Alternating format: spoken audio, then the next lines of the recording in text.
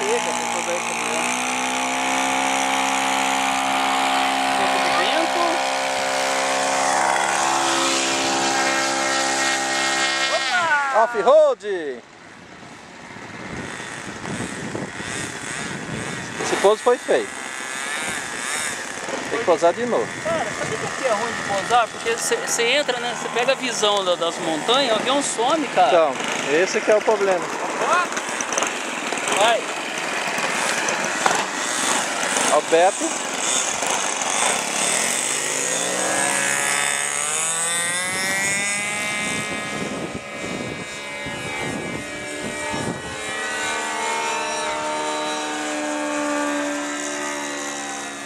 Fazendo voo padrão anti-horário, velho. E cuidado que aí onde você tá tem formiga, lava a pé, tá? Ah, é? Aham. Olha lá, ó, onde ele tava aqui, ó. Fila das putas.